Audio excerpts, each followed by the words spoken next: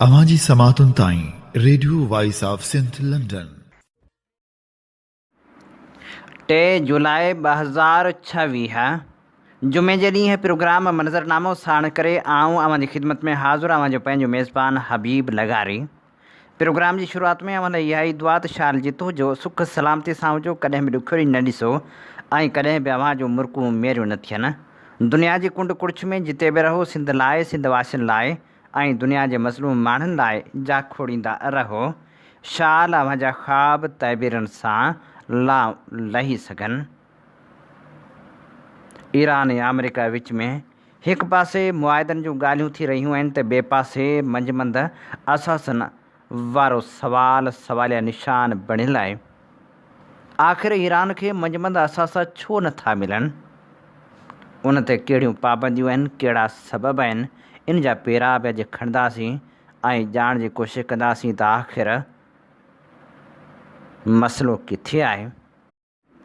पाकिस्तान जा 2 सूबा अहिड़ा आहिनि जेके सदाईं ज़ुल्म ऐं बरबरीअत जो निशानो बणिजंदा रहिया आहिनि। ख़ासि तौर ते हमेशह सिंध ऐं बलूचिस्तान खे निशानो बणायो वियो आहे। पाकिस्तान जी बलोच शहरनि ख़िलाफ़ जंग आख़िर छो पई हले? आख़िर कहिड़ा सबब आहिनि ऐं छा थी रहियो आहे? इन बाबति ख़ुसूसी रिपोर्ट पिणु प्रोग्राम में शामिल हूंदी। सिंध खे इंतशार तरफ़ धिकींदड़ केर आहिनि, इन जा पेरा खणण जी कोशिशि बि कंदासीं ऐं इहो बि ॼाण जी कोशिशि कंदासीं त छा कणक ऐं अटे जो बहिरान बि कर खणंदो? पाकिस्तान जी मुआशी बदहाली जे हूंदे छा बहाली मुमकिन आहे? इहो बि ॼाण जी कोशिशि कंदासीं। मुख़्तलिफ़ तजिया ऐं तबसरा प्रोग्राम में शामिल हूंदा त गुलशन सिंधू जी शाइरी पिणु अवां जे समातनि जी नज़र कबी। सभ खां पहिरियां आलमी मंज़रनामे ते नज़र विझूं था ऐं ॼाण जी कोशिशि कयूं था त ईरान खे मंझमंद असासा आख़िर छो नथा मिलनि। BBC उर्दूअ जे तावन सां ही ख़ुसूसी रिपोर्ट असीं अवां जे समातनि जी नज़र करे रहिया आहियूं, जेका तरतीब ॾिनी आहे सारा फ्याज़ ऐं अली रमज़ानिया। ईरान जा मंझमंद असासा आज़ादु कराइण जो मामिलो ईरान ऐं मग़रबी मुल्कनि जे लाॻापनि में सभ खां वधीक पेचीदा ऐं तकरारी मसइलनि में हिकु रहियो आहे। ताज़ो ईरान ऐं अमेरिका विच में थियल मुफ़ाहिमती यादाश्त में बि उन्हनि असासनि जो मामिलो अहम मौज़ूअनि मां हिकु आहे। ईरान केतिरनि ई सालनि खां उन्हनि अरबें डॉलरनि ताईं रसाई हासिलु करण जी कोशिशि करे रहियो आहे, जेके आलमी पाबंदियुनि सबबि मुख़्तलिफ़ मुल्कनि में मंझमंद आहिनि। जेतोणीकि उन्हनि असासनि जो वॾो हिसो अमेरिका में मौजूदु नाहे, पर उन्हनि खे आज़ादु करण बाबति फ़ैसिलनि में वाशिंगटन जो अहम किरदारु रहियो आहे। माहिरनि मूजिबि ईरान जी मईशत केतिरनि ई सालनि खां पाबंदियुनि, इक़्तिसादी अकेलाई, महांगाई ऐं करंसी जे क़दर में घटिताई सबबि सख़्तु मुतासिर थी आहे। उन सां गॾु अमेरिका ऐं इसराइल सां छिकताइण बि सूरतहाल खे वधीक ख़राबु कयो आहे। बहरहाल कंहिं बि मुआदे तहत उहे असासा आज़ादु कराइण क़ानूनी, माली ऐं सियासी रुकावटुनि सबबि इंतिहाई पेचीदा अमल आहे। सवाल इहो आहे त ईरान आख़िर उन्हनि पैसनि ताईं केतिरे हद ताईं पहुची सघे थो। सवाल सभ खां वधीक अहम इहो बि आहे त आख़िर उहे असासा केतिरा आहिनि। ईरान जे मंझमंद असासनि जी सही मालियत मालूम नाहे, पर माहिरनि मूजिबि उन्हनि जो अंदाज़ो 27 अरब खां 100 अरब अमरीकी डॉलरनि जे विच में आहे। उहे सभई रक़मूं कंहिं हिक ई अकाउंट में मौजूदु न आहिनि। उन्हनि में तेल जे विकिरे में हासिलु थियल आमदनी, बिजली जी बरामदनि जा पैसा, परॾेही बैंकनि में रखियल रक़म ऐं क़ानूनी तकरारनि में फाथल असासा शामिल आहिनि, जिन मां कुझु ॾहाकनि खां मंझमंद आहिनि। जॾहिं ईरान ते आलमी पाबंदियूं न हुयूं तॾहिं हू मुख़्तलिफ़ मुल्कनि खे तेल विकिणंदो हो, जंहिंजी अदायगी ख़रीद कंदड़ मुल्कनि जे बैंकनि में रखियल अकाउंटनि में जमा थींदी हुई। पाबंदियुनि खां पोइ ईरान उन्हनि रक़मनि ताईं रसाई वञाए वेठो। पहिरियों भेरो ईरान जा असासा 1979 में मंझमंद कया विया, जॾहिं तहरान में अमरीकी सिफ़ारतखाने ते कब्ज़ो कयो वियो। बाद में कुझु रक़म मुख़्तलिफ़ मुआइदनि तहत आज़ादु बि थी, पर केतिरा ई असासा अॼु ताईं मंझमंद आहिनि। पाबंदियुनि जो ॿियो वॾो दौरु 2011 ऐं 2012 में शुरू थियो, जॾहिं ईरान जे एटमी प्रोग्राम बाबति ख़दशनि सबबि उनखे आलमी बैंकिंग निज़ाम खां धार कयो वियो। 2018 में अमेरिका जी ईरान सां थियल एटमी मुआदे मां निकिरण खां पोइ पाबंदियूं वधीक सख़्तु कयूं वियूं। जीअं जीअं पाबंदियूं वधंदियूं वियूं तीअं तीअं ईरान जा परॾेही मुल्कनि में फाथल असासा बि वधंदा विया। माहिरनि मूजिबि कुझु रक़म मुकमिल तौरु मंजमंद आहे, कुझु इस्तेमालु नथियूं करे सघजनि ऐं कुझु क़ानूनी तकरारनि में फाथल आहिनि। ईरान जा घणा मंजमंद असासा अमेरिका खां ॿाहिरि मौजूदु आहिनि। चीन में सभ खां वॾो हिसो जेको ईरान खां तेल ख़रीद कंदड़ सभ खां वॾो मुल्क आहे, हिते मौजूदु रक़म जो अंदाज़ो 20 खां 50 अरब डॉलर आहे। इराक़ वटि ईरान जे गैस ऐं बिजली जे अदायगियुनि जा 10 खां 15 अरब डॉलर मौजूदु आहिनि। ॾखण कोरिया वटि लॻभॻि 6 अरब डॉलर हुआ जेके 2023 में क़तर मुंतक़िल कया विया, पर पोइ अमेरिका इशारो ॾिनो त ईरान खे फौरी रसाई न ॾिनी वेंदी। उनखां सवाइ भारत जापान में बि ईरान जा कुझु असासा मौजूदु आहिनि। उन जे मुक़ाबले में अमेरिका जे इख़्तियार हेठि मौजूदु रक़म निस्बतन घटि यानी लॻभॻि 2 अरब डॉलर आहे, जंहिंजो वॾो हिसो अदालती फ़ैसिलनि ऐं मुआवज़नि सां लाॻापियलु आहे। अमेरिका जी मंज़ूरी छो ज़रूरी आहे? जेतोणीकि घणा असासा ॿियनि मुल्कनि में मौजूदु आहिनि, पर उन्हनि खे आज़ादु कराइण लाइ अमेरिका जी मंज़ूरी अञा बि वधीक हैसियत रखे थी, छाकाणि त ईरान ते सानवी पाबंदियूं पिणु लागू आहिनि। उन्हनि पाबंदियुनि जो मतिलबु इहो आहे त जेकॾहिं को परॾेही बैंक, कंपनी या हुकूमत ईरान सां माली मुआदो करे थी त उन ते बि अमेरिकी पाबंदियूं लॻी सघनि थियूं। अहिड़ी रीति ईरान खे रक़म मुंतक़िल कंदड़ इदारा अमेरिकी माली निज़ाम ते रसाई विञाइण या वॾनि ॾंडनि जो ख़तरो खणंदा आहिनि। इन्ही करे घणा मुल्क अमेरिका जे वाज़े इजाज़ खां सवाइ उहे फंड जारी करण खां पासो कंदा आहिनि। अमन मुआदे मां ईरान खे कहिड़ो फ़ाइदो थी सघे थो? मुफ़ाहमती यादाश्त मूजिबि ईरान खे ॿ अहम मुआशी फ़ाइदा मिली सघनि था। नंबर 1 तेल ऐं पेट्रोलियम शयुनि जी बरामद जी इजाज़त। नंबर 2 जहाज़रानी, इंश्योरेंस, बैंकिंग ऐं मंजमंद असासनि ताईं रसाई। मुआदे में 300 अरब डॉलर जे इक़्तिसादी बहाली वारे मनसूबे जो बि ज़िक्र आहे, जंहिंजो मक़सदु इलाइक़ाई भाईवारी सां गॾिजी ईरान जी मैशियत खे ॿीहर बहाल करणु आहे। अमेरिका जो चवणु आहे त हू ईरान खे सिधी तरह नक़द रक़म न ॾींदो, पर बुनियादी ढांचे, तवानाई, ट्रांसपोर्ट ऐं ॿियनि शोबनि में सीड़पकारी कंदो। छा ईरान खे वाक़ई उहे पैसा मिलंदा? अमली तौर ते ईरान जी रसाई महदूद रही सघे थी। माहिरनि जो चवणु आहे त ईरान शायदि कुझु रक़म उन मुल्क अंदरि इस्तेमालु करे सघे जिते उहा मौजूदु आहे, पर उनखे आलमी बैंकिंग ज़रिए तहरान मुंतक़िल करणु ॾुखियो हूंदो। ॿियो वॾो मसइलो इहो आहे त कंहिं बि मुआदे जी पाइदारी यक़ीनी न आहे। अमेरिका जूं कुझु पाबंदियूं कांग्रेस जे क़ानून जो हिसो आहिनि, जिन खे सदर मुकमिल तौरु ख़तमु नथो करे सघे, सिर्फ़ु आरज़ी छूट ॾेई सघे थो। उन्ही सबबि ईरान खे मिलंदड़ मुआशी रिलीफ केतिरे अरसे ताईं जारी रहंदो, इहो बि वाज़िह नाहे। वर्ल्ड बैंक मूजिबि 2024 में ईरान जी मैशियत जो काथो लॻभॻि 475 अरब डॉलर हो। जेकॾहिं मंजमंद असासनि मां कुझु हिसो बि आज़ादु थी वञे त उन सां ईरान खे मुख़्तसर अरसे लाइ वॾो मुआशी सहारो मिली सघे थो। ईरानी रियाल वधीक मुस्तहकम थी सघे थो, दरामदनि जी अदायगी आसान थी सघे थी, माली मार्केटनि ते दबाव घटिजी सघे थो, पर उहे पैसा अकेला ईरान जे पुराणनि मुआशी मसइलनि जो हल न आहिनि। इक़्तिसादी माहिरनि मूजिबि महांगाई ते ज़ाब्तो आणण ऐं मुआशी सुधारनि आणण जी सभ खां वधीक ज़रूरत आहे। जेकॾहिं सुधारनि खां सवाइ रुॻो माली वसीला फ़राहम कया वञनि त उन्हनि जा फ़ाइदा महदूद रहंदा। ॿियनि माहिरनि जो चवणु आहे त ईरान खे गुज़िरियल 2 ॾहाकनि दौरान सीड़पकारी में आयल घटिताई ऐं सनअती ज़वाल खे बि रोकणो पवंदो। इक़्तिसादी तहफ़ुज़ खां सवाइ सीड़पकारी मुमकिन नाहे ऐं सीड़पकारनि खां सवाइ मैशियत तरक़ी नथी करे सघे। जंग ऐं अमन जे विच वारी गैर यकीनी सूरतहाल सीड़पकारी जी राह में सभ खां वॾी रुकावट सम्झी वञे थी। हीअ असीं अव्हां जी ख़िदमत में पेश करे रहिया हुआसीं ख़ुसूसी रिपोर्ट। अव्हां जी समातुनि ताईं radio voice of Sindh London. हीअं ॿुधी रहिया आहियो radio voice of Sindh London. अव्हां जी ख़िदमत में प्रोग्राम पेश कयो पियो वञे मंज़रनामे सां आऊं अव्हां जी ख़िदमत में हाज़िर आहियां पंहिंजे मेज़बान हबीब लगारी। मुल्क त मुख़्तलिफ़ इंतिशारनि जे वर चढ़ियल रहियो आहे, पर सिंध खे बि इंतिशारनि तरफ़ धिकियो वियो आहे। पर उहे हथ आख़िर कहिड़ा आहिनि जेके बदमनी जी बाह बि ॿारनि था त ग़ैर क़ानूनी कमनि में बि मुलविस रहिया आहिनि। टारगेट किलिंग जहिड़ा वाक़िया बि कराइनि था त बदमनी जी बाह बि भड़काइनि था। हिन वक़्तु सिंध बदमनी जे राकास जे हवाले आहे। बेल्ट प्रूफ गाॾियुनि में मुहाफ़िज़नि जे घेरे में हलंदड़ हुक्मराननि खे त सॼी सिंध पूरा मन ई महफ़ूज़ नज़र अचे थी। उन्हनि वटि हुक्मरानी दिलपशोरी खां वधीक कुझु न आहे। उहे सम्झनि था त जे पाण महफ़ूज़ आहिनि त अवाम बि महफ़ूज़ हूंदो। हाणे त कराची में टारगेट किलिंग बि शुरू थी वई आहे। कराची में पाकिस्तान पीपल्स पार्टी जे अॻवान जो क़त्ल ऐं क्लिफ्टन में मदरसे जे 5 ख़ताबियुनि ते फायरिंग को मामूली वाक़ियो न आहे। इहे वाक़िया हिन ॻाल्हि जी गवाही ॾियनि था त शहर में अहिड़ा हथ ॿीहर सरगर्म थी रहिया आहिनि जेके अमन खे यरकमाल बणाइणु चाहिनि था।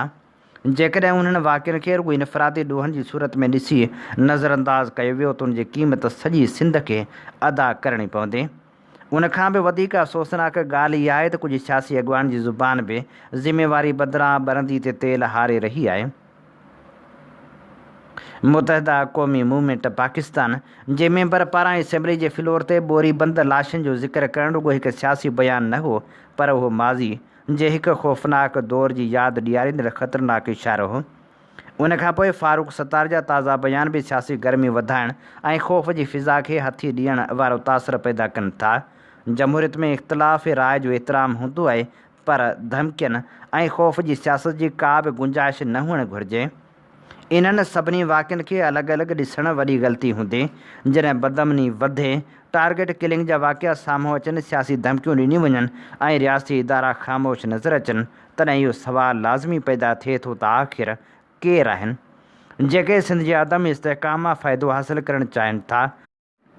छा उहे ई क़ुवतूं वरी सरगर्म थी रहियूं आहिनि जेके माज़ी में कराची खे वफ़ाक़ हवाले करण या सिंध जे सियासी इंतिज़ामी हैसियत खे कमज़ोर करण जा ख़्वाब ॾिसंदियूं रहियूं आहिनि।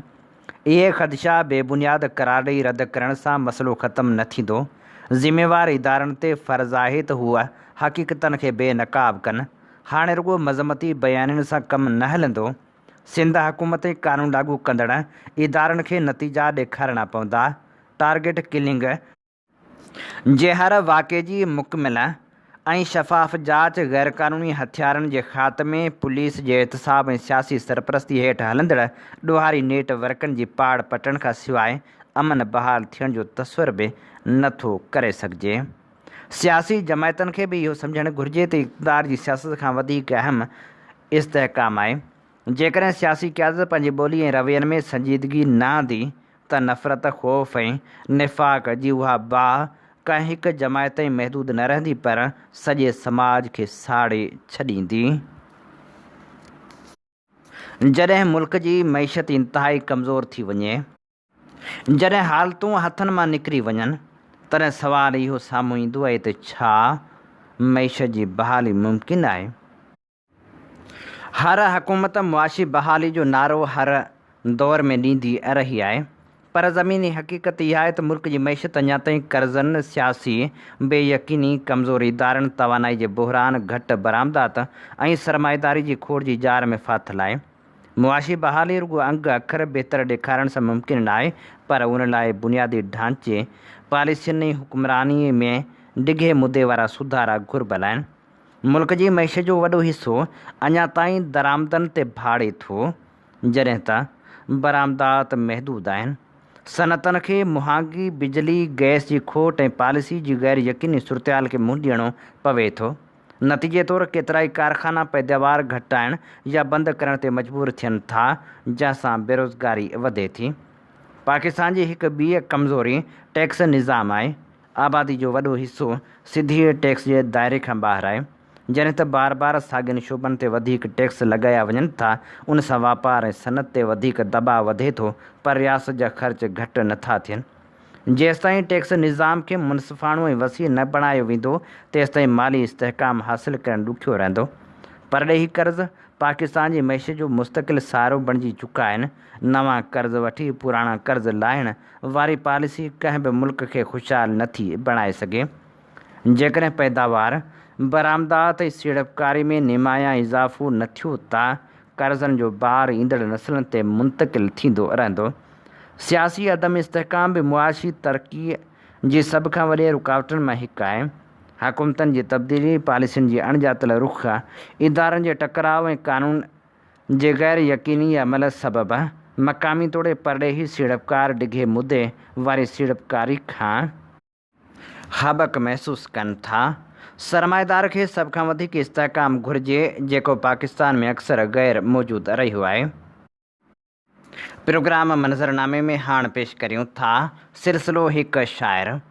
अॼु असीं सिंध जी ख़ूबसूरत शाइरा गुलशन सिंधू जी ख़ूबसूरत शाइरी अवां जी समातनि जी नज़र करे रहिया आहियूं, जंहिंमें विछोड़नि जो वरलाप बि आहे, दिलनि जा दर्द बि आहिनि, त इनकलाब जूं ॻाल्हियूं बि आहिनि ऐं उत्साह जा अक्स बि समायल आहिनि। गुलशन सिंधू पंहिंजे ख़ूबसूरत गज़ल में लिखे थी, छो दिलि उदास आहे रंजो मलाल आहे, छो दिलि उदास आहे रंजो मलाल आहे, हिन दौर जे ॻुझनि में दहशत दजाल आहे। नाहिन रहिया मतारा सुॾकनि पिया सितारा, नाहिन रहिया मतारा सुॾकनि पिया सितारा, छो देर साण धरती आयो कलाल आहे। मुंहिंजो ॼमण न रहमत, मुंहिंजो कुछण बग़ावत, मुंहिंजो ॼमण न रहमत, मुंहिंजो कुछण बग़ावत, ए दुनिया वारो ॾसियो मुंहिंजो सवाल आहे। मुसवर जा रंग आहिनि रंगीन छांवरनि में, मुसवर जा रंग आहिनि रंगीन छांवरनि में, सागर खां गहरो घाटो कंहिंजो त ख़्यालु आहे। सख़्तियूं सहे संभाले घर ॿार खे सदाईं, सख़्तियूं सहे संभाले घर ॿार खे सदाईं, औरत जो हिन जगत में ऊचो मिसाल आहे। गुलशन सिंधू लिखे थी ॻोढ़नि जी ॻंढ वेढ़े, गुलशन सिंधू लिखे थी ॻोढ़नि जी ॻंढ वेढ़े, औरत अज़ीम आहे औरत कमाल आहे, छो दिलि उदास आहे रंजो मलाल आहे। गीत ग़ज़ल ऐं वायूं सिंधले, जेके सोचूं आयूं सिंधले, धरती ले सभु जज़्बा जरकनि, गीच बि सारा ॻायूं सिंधले। रात कारी अञा साबित तारी अञा, ग़ुरबत जी मारियल क़ौम ॾुखारी अञा, ज़ुल्मत बि हर तरफ़ आह जारी अञा, ख़ौफ़ मंझि ही सियल ॾके नारी अञा, बुख बदहाली जी ख़ल्क़ मारी अञा, सखीअ सिक तुंहिंजी किथे विसारी अञा। हीअ असीं अवां जे समातनि जी नज़र करे रहिया हुआसीं ख़ूबसूरत शाइरा ऐं लेखका गुलशन सिंधूअ जी ख़ूबसूरत शाइरी। अवां जी समातुनि ताईं radio voice of Sindh London. अव्हीं ॿुधी रहिया आहियो radio voice of Sindh London. अवां जी ख़िदमत में प्रोग्राम पेश कयो पियो वञे मंज़रनामो। मंज़रनामे साण आऊं अवां जो पंहिंजो मेज़बान हबीब लगारी। जीअं त तव्हीं ॼाणो था त असीं radio voice of Sindh London तां अवां जी ख़िदमत में उहे प्रोग्राम पेश कंदा आहियूं जिन में सचाई जा सॾ हूंदा आहिनि, जिन में तारीख़ जा अमल वर्क हूंदा आहिनि। गुलाबनि जहिड़ा गीत असीं अवां जी ख़िदमत में पेश कंदा आहियूं ऐं असांजी हीअ नशरियात जारी रहंदी आहे 24 कलाक, जिन में तजिया तबसरा बि शामिल हूंदा आहिनि त ख़बरनि जो जहान बि आबाद हूंदो आहे। अव्हीं जेकॾहिं असांजा प्रोग्राम लाइव ॿुधणु चाहियो था त पंहिंजे मोबाइल फ़ोन जे प्ले स्टोर में वञी सर्च करियो radio voice of Sindh London. उन सां गॾु गॾु असांजे यूट्यूब चैनल खे ज़रूरु सब्सक्राइब करियो। ॿुधंदा रहो radio voice of Sindh London. ऐं हाणे स्पेशल रिपोर्ट पेश करियूं था गुम थींदड़ माण्हू, पाकिस्तान जी पंहिंजे बलोच शहरनि ख़िलाफ़ जंग। हीअ रिपोर्ट बलोच सादिक आज़ाद जी लिखियल आहे। दुनिया में के क़ौमूं तारीख़ जे रोशनियुनि में जींदियूं आहिनि, के क़ौमूं तारीख़ जे पाछनि में। बलोच क़ौम तमामु घणे अरसे खां उन्हनि पाछनि में ज़िंदगी गुज़ारे रही आहे। उहो उन्हनि पंहिंजी मर्ज़ी सां ख़ामोशी इख़्तियार न कई, पर उन्हनि ते ख़ामोशी मढ़ी वई। उहा ख़ामोशी संदन रातिनि में आंदी वई, संदन जबलनि ते ठोकी वई ऐं संदन पुटनि सां गॾु दफ़न कई वई। हीउ मज़मून आरामदाह लाइब्रेरियुनि में वेही न लिखियो वियो आहे, उहो एहतिजाजी कैंपनि मां, ख़ाली क्लासरूमनि मां, उन्हनि ॻोठनि मां लिखियो वियो आहे जिते माइरूं पंहिंजनि गुम थियल पुटनि जूं तस्वीरूं खणी गॾु सुम्हनि थियूं, ऐं उन्हनि रस्तनि तां जिते ॿार पंहिंजी धरती जी जाग्राफ़ी सिखण खां अॻु ख़ौफ़ जी जाग्राफ़ी सिखंदा आहिनि। हीउ मज़मून ख़ुदा जबल मां बि लिखियो वियो आहे जिते डॉक्टर महारंग बलोच दुनिया जो अदब अहिड़ी रीति पढ़े थी ॼण हर किताब संस अकेली कोठड़ी जी ऊंदहि में रोशन थींदड़ हिकु ॾीओ हुजे। हीउ मज़मून उन्हनि माण्हुनि जे ज़ख़्मनि मां जनम वठे थो जिन खे बार बार ॿुधायो वियो त संदन तकलीफ़ नज़र नथी अचे, संदन मुअल विसारे छॾण जहिड़ा आहिनि ऐं संदन सुञाणप ॻाल्हियुनि ज़रिए ख़तमु करे सघिजे थी। पर क़ौमूं ज़ख़्मी थियण सबबु ख़तमु न आहिनि थींदियूं, क़ौमूं तॾहिं ख़तमु थींदियूं आहिनि जॾहिं हू यादि रखणु छॾे ॾींदियूं आहिनि, ऐं बलोच सभु कुझु यादि रखनि था। हू पंहिंजे अबनि ॾाॾनि जा क़दम यादि रखनि था जेके उन्हनि जबलनि ते उन वक़्तु हलंदा हुआ जॾहिं अञा सरहदूं बि न ठहियूं हुयूं। हू टुटल मुआदा, टुटल वाइदा, खयल पुट, मोटायल लाश ऐं उहे लाश बि यादि रखनि था जेके कॾहिं बि वापसि न आया। हू सुबुह सवेर हेलीकॉप्टरनि जो आवाज़ु, अधु राति जो दर ते थींदड़ धक, गुमशुदगीअ खां पोइ छायल ख़ामोशी ऐं उहा ख़ामोशी जेका आख़िरकार हिकु रड़ बणिजी वञे थी, सभु कुझु यादि रखनि था। हीउ मज़मून इल्ज़ाम नाहे पर हिकु शाहिदी आहे। हीउ रहम जी अपील न आहे पर सुञाणप ऐं एतिराफ़ जो मुतालबो आहे। हीउ नाउमेदी जी तारीख़ नाहे पर बका जो नक्शो आहे। ॾहाकनि खां बलोच अहिड़ी रियासत हेठि ज़िंदगी गुज़ारे रहिया आहिनि जेका खेनि शहरी न पर हिकु मसइलो सम्झे थी, अहिड़ो इलाइक़ो जंहिं ते रुॻो कंट्रोल करिणो आहे ऐं अहिड़ो आवाज़ु जंहिंखे ख़ामोश करिणो आहे, पर उन्हनि खे मिसारण जी हर कोशिशि उबतो नतीजो ॾिनो आहे। हर गुम थियल पुटु हिकु अलामत बणिजी वियो, हर ग़मगीन माउ हिकु शाहिद बणिजी वई, हर एहतिजाजी मार्च क़ौम जी अणपूरी तारीख़ जो हिकु बाब बणिजी वियो, हर जेल जी कोठड़ी हिकु अहिड़ो क्लासरूम बणिजी वई जिते मज़ाहिमत पढ़ाई वञे थी, हिमत खे वधीक मज़बूत कयो वञे थो ऐं मुस्तक़बिल जा ख़्वाब ॾिठा वञनि था। जेके पुछनि था बलोच अञा ताईं छो बीठा आहिनि, जवाबु सादो आहे, छो त जॾहिं गोॾा खोण जो मतिलबु ख़तमु थी वञणु हुजे तॾहिं बीही रहण ई आख़िरी रस्तो हूंदो आहे। जेके पुछनि था हिकु क़ौम ॾहाकनि जे तशदुद खां पोइ कीअं ज़िंदा रहे थी, जवाबु सादो आहे, छो त उमेद उहो आख़िरी वतन आहे जिते का बि फ़ौज कब्ज़ो करे नथी सघे। सिर्फ़ु मज़लूम माण्हुनि बाबति हीउ दस्तावेज़ न आहे पर अहिड़नि माण्हुनि बाबति आहे जेके ख़ामोशी सां मरण खां, मिसारजण खां ऐं पंहिंजी कहाणी विञाइण खां इनकार कनि था। हीअ अहिड़ी क़ौम बाबति दस्तावेज़ आहे जेका तारीख़ जे किनारे ताईं धिकी वई पर पोइ पंहिंजे ज़ख़्मनि जी मस ऐं पंहिंजे वक़ार जी बाहि सां पंहिंजी कहाणी पाण लिखी रही आहे। हीउ मातम जो दस्तावेज़ न आहे, हीउ बेदारी जो दस्तावेज़ आहे, ऐं बेदारी जॾहिं हिकु भेरो शुरू थी वञे त पोइ उनखे वापसि नथो मोटाए सघिजे। बलोच क़ौम जेका हिकु अलॻि नस्ली ऐं लसानियाती सुञाणप रखे थी, पाकिस्तान अंदरि ॾहाकनि खां तशदुद ऐं ॾुखियनि हालतुनि खे मुंडी रही आहे। हीउ रुॻो सियासी न पर इख़लाक़ी, तारीख़ी ऐं वजूदी तज़ाद पिणु आहे। बलोचनि जो बहरान के अलॻि वाक़िया न आहिनि पर हिकु अहिड़ो नमूनो आहे जंहिं बाबति इंसानी हक़नि जो तनज़ीमूं रिपोर्टूं जारी कंदियूं रहियूं आहिनि, ख़ानदान शाहिदियूं ॾींदा रहिया आहिनि ऐं नस्लनि उनखे पंहिंजी ज़िंदगी में महसूसु कयो आहे। इंसानी हक़नि जूं तनज़ीमूं मुसलसिल रिपोर्ट कनि थियूं त हर साल सवें माण्हुनि खे जबरी तौरु गुम कयो वञे थो। गुज़िरियल 2 ॾहाकनि दौरान हज़ारे माण्हू मुतासिर थिया आहिनि। शागिर्द, समाजी कारकुन ऐं आम शहरी बि निशानो बणिजनि था। उन्हनि गुमशुदगियुनि में हिकु मख़सूसु नमूनो ॾिसण में अचे थो। रियासती इदारनि या उन्हनि सां लाॻापियल गिरोहनि तरफ़ां अॻुवा, डिघे अरसे ताईं अणॼातल हंध ते क़ैद, तशदुद ऐं पोइ या आज़ादी या मौत, अदालत खां ॿाहिरि क़तल करे लाश फिटो करण वारे रुझान बाबति बि मुख़्तलिफ़ रिपोर्टुनि में ज़िक्र कयो वियो आहे जिते परे वारनि इलाइक़नि मां तशदुद जा निशान वारा लाश मिलंदा आहिनि।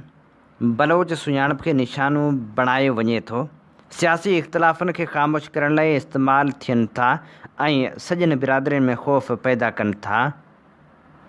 पुरअमन तहरीकनि जे अॻुवाणनि जिन में डॉक्टर महारंग बलोच पिणु शामिलु आहे खे हेठिन मसइलनि खे मुंहुं ॾियणो पवे थो। कूड़ा या ठाहियल इल्ज़ाम, बिना जवाज़ गिरफ़्तारियूं, बदनामी वारियूं मुहिमूं निगरानी हिरासां करणु। हिन मतनि मूजिबि उहो दहशतगर्दी ख़िलाफ़ु कार्रवाई न पर सुञाणप ख़िलाफ़ु कार्रवाई आहे।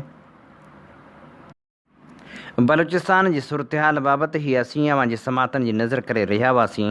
ख़ुसूसी रिपोर्ट। अवां जी समातुनि ताईं radio voice of Sindh London.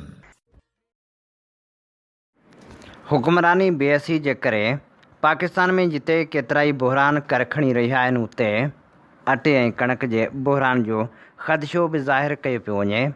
पाण ॼाणूं था त जॾहिं कणक जी पोखाई शुरू थी हुई तॾहिं हुकूमत पारां सब्सिडी जो ऐलान पिणु कयो वियो हो, पर उन जा मोल मता सही नमूने बयानु थी न सघिया हुआ।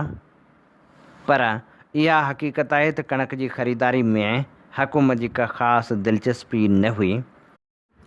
पर हाणे पंहिंजो मुल्क भले ॿाहिरि मुल्क मां कणक बि घुराईंदो हुजे, पर तॾहिं बि उन में मिसकिन माण्हुनि लाइ न त को रिलीफ समायल हूंदो आहे, न वरी आबादगारनि खे मुनासिब अघ मिली सघंदा आहिनि। हिन वक़्तु सभ खां वॾो ख़दशो पॉलिसी जी गैर यकीनी सूरतहाल आहे। जेकॾहिं हुकूमत वक़्त ते सही अंदाज़ा न लॻाए, पैदावार बाबति दुरुस्त अंग अखर गॾु न करे या ख़रीदारी ऐं ज़ख़ीरनि जे मुनासिब मनसूबाबंदी न करे त मार्केट में हथरादू खोट पैदा थी सघे थी। अहिड़ी हालत में वापारी ऐं ज़ख़ीरा अंदोज़ क़ीमतूं वधाइण जी कोशिशि कंदा आहिनि, जंहिंजो सिधो बार आम अवाम ते पवंदो आहे।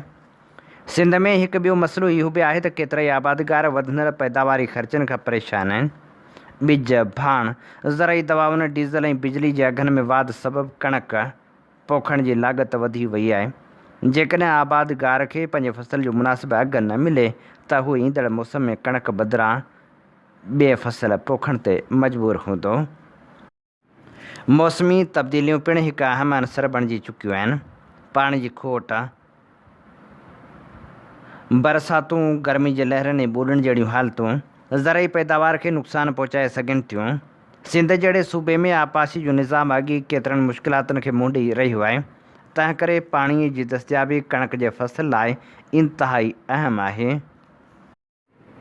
नामियारो शाइर अयूब खोसो पंहिंजे ख़ूबसूरत नज़म में लिखे थो, सिंधू जे मथां सांझी तारनि सां लथी आहे, सिंधू जे मथां सांझी तारनि सां लथी आहे, ख़ुशबू कसदाउनि जी पारनि सां लथी आहे, घर घर जे अंदरि जाना ॾीओ बि ॿरियो आहे, के वार डिघा सारे को दर्द वरियो आहे, कंहिं पंहिंजे निगाहनि में चहिरो को बखियो आहे, कंहिं बैत भिटाई जो चपड़नि ते रखियो आहे, कंहिं उॾंदड़ पंछी खे बंदूक चखियो आहे, बेख़्वाब हवा ॻोल्हे भाकुर में भरियो आहे, कूंजनि जो कसम जाना पई दिलि थी इहो भाए तो यादि कयो आहे, हिकु प्यार अधूरे जी ख़ुशबू पई टिड़ी आहे, हर बार दुनिया जंहिं ते बेसबब चिड़ी आहे, जंहिं लाइ अखियुनि पंहिंजो हर ख़्वाब लुटायो आहे, कंहिं दर्द जे भाकुर में को पहर खुटायो आहे, मौसम जी चरियाई खे तुंहिंजो न पतो आहे,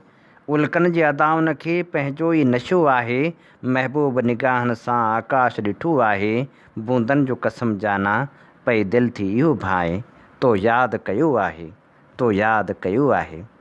इन ते प्रोग्राम मंज़रनामे जो वक़्तु पुॼाणी ते पहुचे थो। पंहिंजे मेज़बान हबीब लगारी खे इन साॻी दुआ सां ॾींदा इजाज़त। वसे भिट तुंहिंजी भलारा सदा, सदा देस परदेस सारा वसन, कॾहिं सिंध सिंधी न मेरी थिए, कॾहिं मोड़ कंहिंजा न मुरझाए जन। अवां जी समातुनि ताईं radio voice of Sindh London.